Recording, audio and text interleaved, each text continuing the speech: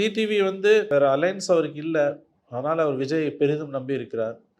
ஊனோஸ் எடப்பாடி சொன்ன மாதிரியே விஜய் யாரோடும் கூட்டணி இல்லை. கடந்த காலங்களில் அரசியல் கட்சிகளில் இருந்தவங்கள, எம்எல்ஏ எம்பியாக இருந்தவங்கள அவங்க யாரையும் நான் சேர்த்துக்க மாட்டேன், எனக்கு கூட்டணியே கிடையாது, நான் தனியாக நின்று மோத போகிறேன் அப்படின்னு ஒரு முடிவு எடுத்துகிட்டு போயிட்டாருன்னு வச்சுக்கோங்க.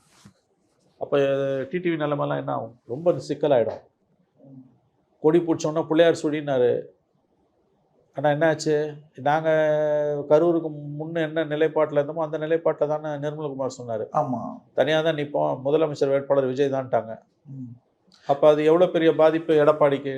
இதே மாதிரி நாளைக்கு பழைய கட்சிகள்லேருந்து வரவங்க யாரையும் நான் சேர்க்க போகிறதில்ல, அதுவும் குற்றச்சாட்டுகளுக்கு உள்ளானவர்கள், அதிமுகவில் இருந்தவர்களை சேர்க்க மாட்டேன்னு ஒரே ஒரு ஸ்டேட்மெண்ட் சொல்லிட்டு விஜய் போகிறாருன்னா அது மிகுந்த தர்ம சங்கடத்தை, நெருக்கடியை டிடிவிக்கு உருவாக்கும்.